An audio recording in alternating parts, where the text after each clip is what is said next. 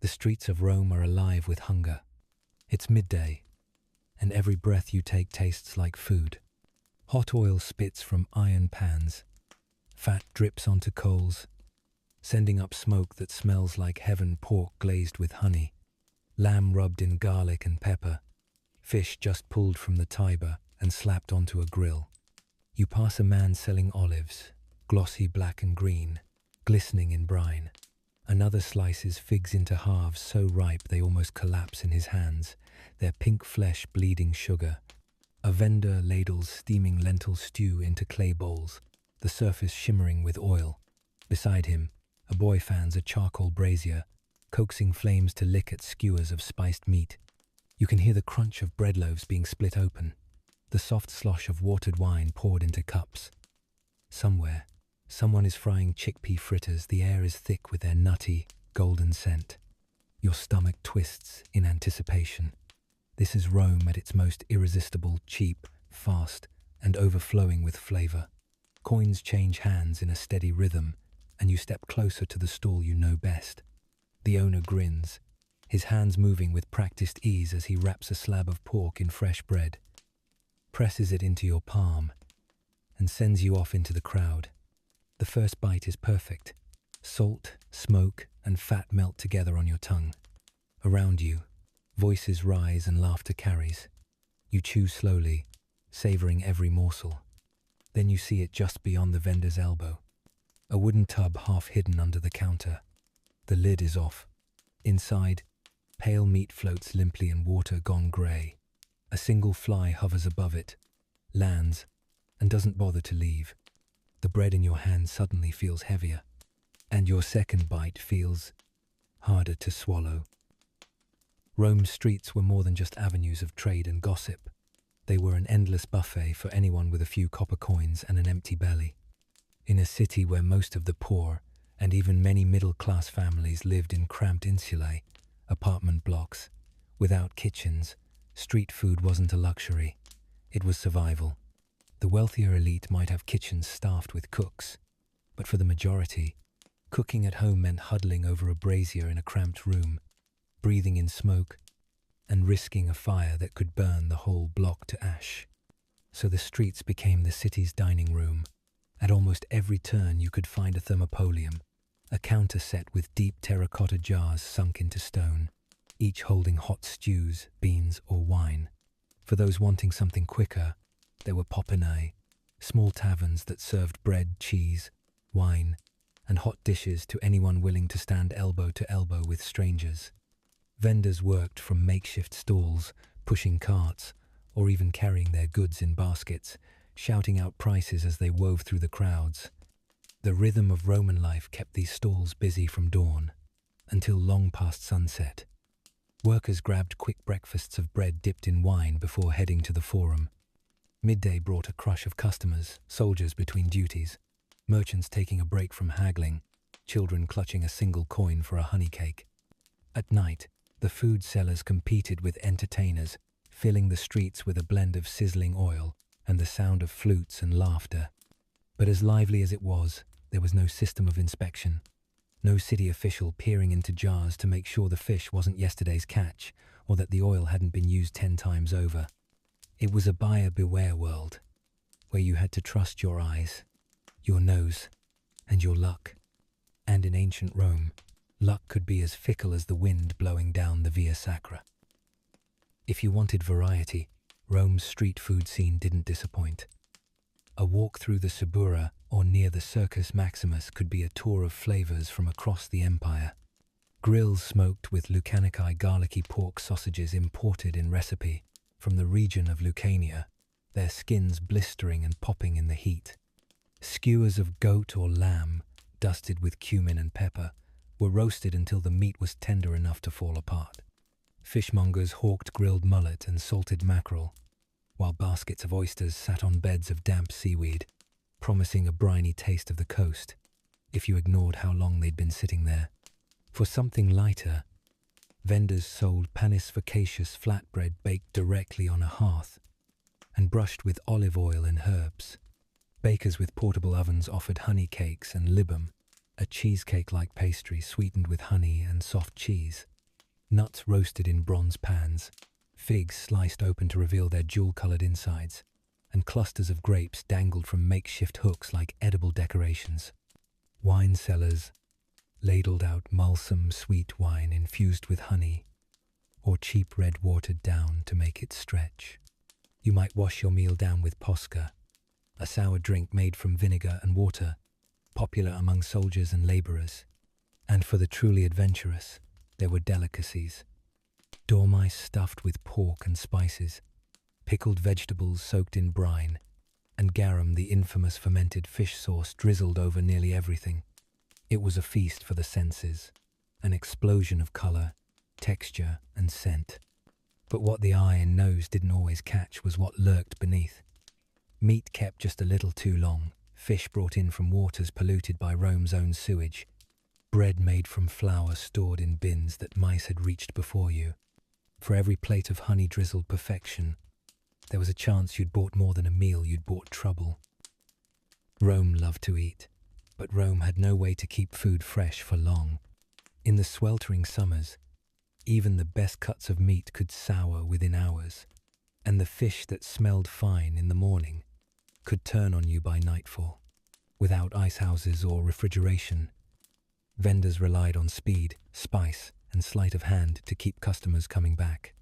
Meat was often butchered early in the day, left out in the open air, and turned occasionally to hide the browning edges.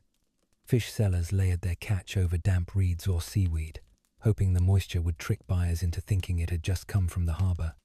And while spices like pepper, cumin, and coriander were prized for their flavour, they were also useful for masking smells. No one wanted to notice. Oil was another hazard. Olive oil, when fresh, was fragrant and golden, but street vendors didn't always have the luxury of replacing it. Instead, they reused cooking oil again and again, darkening with each batch, until its flavour was bitter and its smell faintly rancid. The practice wasn't laziness, it was economics. A jar of good oil could cost more than a day's wages for a poor family. Even water posed risks. Vendors rinsed vegetables in public fountains or reused the same bucket of water for hours, letting it turn cloudy with grit and leaves. Rome's aqueducts were an engineering marvel, but not every source was clean, and runoff from nearby latrines could seep into public supply points. The danger wasn't always obvious. You could buy a pork skewer that smelled smoky and rich, only to find yourself doubled over the next day. Sometimes the sickness was mild. Other times, it was the kind of fever that could keep you bedridden for weeks or end your story altogether. In Rome, freshness wasn't a guarantee. It was a race against time, and the clock didn't always run in your favour. Spoiled meat and sour fish weren't the only dangers lurking in a Roman street meal. Some threats were far more insidious, invisible, tasteless, and woven into the very tools and ingredients that made the food possible. Lead was everywhere in Rome. It lined the city's pipes, sweetened its wine, and coated the inside of many cooking pots. Vendors sometimes boiled grape must in lead-lined vessels to make sapa, a thick, sweet syrup used to flavour food and drink. The lead reacted with the grapes to create lead acetate, pleasant on the tongue, lethal in the body. Over time, a steady diet of it could rot the mind and the bones without the eater ever knowing why. The cookware itself could be part of the problem. Bronze pots, if left unpolished, could leach copper into acidic foods like stews or pickles. Storage jars for wine or oil might be sealed with tar that lent both a smoky flavour and unwanted chemicals. Even the wooden boards used for chopping meat could harbour a stew of bacteria from countless past meals. Seafood posed another gamble. Oysters, mussels, and fish sold in Rome often came from the Tiber or nearby coastal waters, both of which were dumping grounds for human waste. A fat oyster might taste like the sea and carry whatever the city had flushed into it. Then there was garum, the fermented fish sauce beloved by Romans. When made fresh and from clean fish, it was salty and rich. But the cheaper versions sold at street stalls could be brewed from scraps, rotting heads, and offal, then left in the sun to bubble and stew. None of these hazards were visible to the eye. A honey cake could hide a smear of lead-sweetened syrup. A savory stew could be simmered in a pot, slowly poisoning every bowlful. The danger wasn't just in what you ate. It was in how it was made. And sometimes you wouldn't know the difference until it was far too late. When Roman street food turned on you, it didn't just ruin your afternoon, it could bring you to your knees. Foodborne illness was an unspoken but constant risk. A skewer of pork kept too long in the summer heat could leave you doubled over with cramps before nightfall. A cup of wine watered from a dirty fountain could carry something that lingered in your body for weeks. And without antibiotics, even a bout of diarrhea could spiral into dehydration and death. Crowded living made things worse. In Rome's insulae tall, cramped apartment blocks, disease moved fast. One sick food seller could infect dozens in a single day, and those dozens could bring it home to hundreds. The symptoms were all too familiar to Romans. Fever, sweating, stomach pain, vomiting. Sometimes they passed quickly, other times they dragged on, until the body simply gave up. Ancient writers recorded epidemics sweeping through the city, though they rarely blamed food outright. Instead, they wrote of foul air, curses, or the wrath of the gods. Modern historians, reading between the lines, suspect some of these outbreaks may have started at the very stalls where Romans grabbed their daily bread and stew. And the street didn't make illness easy to hide. A man clutching his belly and rushing for an alley was a common enough sight. Vendors sometimes shooed the obviously sick away, fearing they would scare off customers, but the damage was already done. Even those who recovered weren't always the same. A violent sickness could leave you weak for days, unable to work. And in a city where daily wages fed daily meals, that meant hunger could follow sickness like a shadow. In the end, eating on the streets of Rome was always a gamble. You might walk away with a full belly and a satisfied smile, or you might stagger home, already wondering if that honey cake was worth the price you were about to pay. Street food in Rome was more than a quick bite. It was a marker of class, necessity, and even reputation. For the poor, it was the only option. Cramped apartments, lacked kitchens, and cooking over a personal brazier meant hauling in fuel, risking smoke inhalation, and tempting the constant threat of fire. A coin spent at a street stall bought not just food, but the time and safety of avoiding those hazards. Dock workers, laborers, slaves on errands, and children sent by parents all lined up at the same counters, clutching their coppers for bread, stew, or wine. For travelers and soldiers passing through the city, street food was convenience itself, no need to find an inn or be invited into someone's home. And for freedmen making their way up in society, a meal on the street was cheaper than attempting to imitate the lavish banquets of the elite. But among the wealthy, street food carried a whiff of scandal. To be seen, eating in public, standing shoulder to shoulder with commoners, was undignified. Patricians prided themselves on dining in private villas, reclining on couches while servants brought in course after course. Eating on the street could signal desperation, or worse, a lack of self-control. Yet the lines weren't as rigid as they seemed. There were whispers of senators sneaking to the Subura for a fried sausage they couldn't get at home, of wealthy youths sampling honey cakes in the market just for the thrill. The street was a mingling ground, and for a few bites, class could disappear at least until the meal was done, and everyone returned to their separate worlds. Still, choice was the dividing factor. The elite could send food back if it wasn't perfect. The poor couldn't. For them, even questionable meat or overused oil might be better than nothing. And that's where the real risk lived, when hunger left no room for caution. In a city where the wrong meal could ruin you, the savvy eater learned to play the odds. Regulars at certain stalls swore by sticking to a trusted vendor, someone whose face they knew, whose bread never came stale, and whose meat didn't smell off even on the hottest days. Loyalty wasn't just about taste, it was about survival. A vendor who knew you might save you the freshest cut or warn you away from a pot that had sat too long. Some Romans relied on vinegar as their first line of defense. Mixed with water into a drink called posca, or splashed over greens, it was thought to cleanse whatever it touched. Herbs like mint, coriander, and rue were prized not just for flavor, but for their supposed ability to ward off illness. Whether they truly killed germs, or simply masked bad smells, no one could say for certain, but in the absence of proof, belief was enough. Sharp-eyed buyers checked the telltale signs: meat that was too soft, fish with cloudy eyes, bread crawling with the smallest of insects. They learned to come early, before the day's heat and flies had done their worst, and when in doubt, they chose food that was cooked in front of them, grilled, fried, or boiled until piping hot. Still, not all precautions worked. The city's smells of smoke, animals, sewage, and spice could disguise the warning scent of spoiled food. Vendors could stir an old stew, add fresh herbs, and fool even experienced buyers. And hunger had a way of dulling suspicion. An empty belly often argued louder than caution. Some whispered that even the gods took an interest in street food, blessing some meals and cursing others. But in truth, safety depended on something far less divine luck.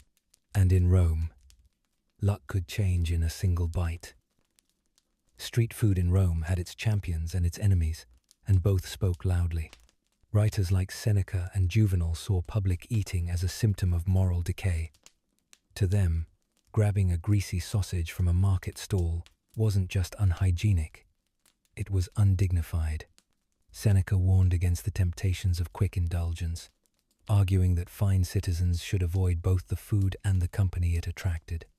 Juvenal, ever the satirist, painted street vendors as cheats, watering down wine, skimming coins from change, and serving yesterday's fish in today's sauce. Physicians of the time, those catering to the wealthy, sometimes blamed the city's constant stomach ailments on these public stalls. Without germ theory, they spoke instead of corrupted humours and foul vapours rising from open pots in the Sunday. The advice was simple: if you valued your health, eat at home. But for every critic, there was someone ready to defend the sizzling pans and brimming jars. Merchants argued that street food kept the workforce fed and the city running. Labourers swore they couldn't get through the day without a quick bite from their regular vendor. Even some poets romanticized the bustle of the marketplace, describing the mingling scents of bread, wine, and roasting meat as the heartbeat of Rome. There was also a sense of equality, rare in such a stratified society. At a busy stall, a soldier might stand next to a freedman, a slave might jostle a shopkeeper, and for a moment, everyone was just another hungry Roman waiting for their meal. That mingling, defenders argued, made the streets richer, livelier, more connected. In the end, whether you saw Rome's street food as a danger or a delight often came down to who you were, how much you could afford, and whether your last meal had left you satisfied or sick. By dusk, the streets have changed. The harsh glare of the midday sun softens into the flicker of oil lamps and the orange glow of brazier fires. Shadows stretch across the cobblestones, and the smells seem richer now, deeper, smokier, carrying the promise of a hot meal after a long day. Vendors call out in tired but still persuasive voices. Pots of lentils bubble slowly. Skewers of meat hiss as fat drips into the flames, and baskets of bread are split open to reveal soft, steaming insides. The crowd moves more slowly now, the day's business done, people lingering over their choices. You find yourself back at the same stall, drawn by the familiar face of the vendor and the smell that hooked you earlier. He's wiping sweat from his brow, turning a final slab of pork. The bread is still warm in your hands as he passes it over, and for a moment, it feels safe, like a reward at the end of a long day. Around you, laughter drifts from a nearby popinae. Someone's playing a flute. The city feels alive, friendly, almost tender in the way it feeds its people. You take a bite, and the flavors are as good as you remember. Smoky, salty, rich. But then the vendor reaches for more meat. You glance past him, and see the same clay jar from earlier, still sitting in the shadows. The lid is off. The water inside is grayer now, cloudy in the lamplight. A strip of meat drapes over the rim, limp and pale, its edges tinged green. You chew slowly, the taste on your tongue suddenly too heavy. The music in the street fades, and you remember what Rome's street food really is: not a gift, not a comfort, but a gamble. And tonight, you'll find out if you've won. History often dresses ancient Rome in marble and gold towering columns, grand arenas, feasts worthy of emperors. But the truth of daily life is far humbler and far riskier. For most Romans, dinner didn't come from a villa's kitchen or a banquet table. It came from the street, hot, quick, and handed over in exchange for a single coin. Street food was the great equalizer, feeding slaves and shopkeepers, soldiers and travelers. It filled bellies and fueled the city's endless motion. But it also carried dangers no one fully understood. Meat gone bad before the first bite, wine laced with lead, seafood pulled from polluted waters. In a time without refrigeration, public health codes, or even the concept of bacteria, every meal was a roll of the dice. And yet, Romans kept eating. They returned to their favorite stalls, trusted familiar faces, and believed in the magic of vinegar, herbs, and heat to ward off whatever might lurk unseen. They chose convenience over caution because hunger was immediate, while danger was distant until it wasn't. Today, we can smile at their ignorance, comforted by the thought that our food is safer. But the truth is, the same tug of war exists now as it did 2,000 years ago. We still flock to the smells of street vendors, still trust our noses and our instincts more than we should, and still accept a little risk for the joy of something hot, fast, and delicious. Ancient Rome's street food tells us something about ourselves, that flavor often outweighs fear, and that the promise of a good meal can make us forget the cost. In the end, whether on a cobbled Roman street or a modern city corner, eating on the go is never just about hunger. It's about the gamble we're willing to take for one perfect bite.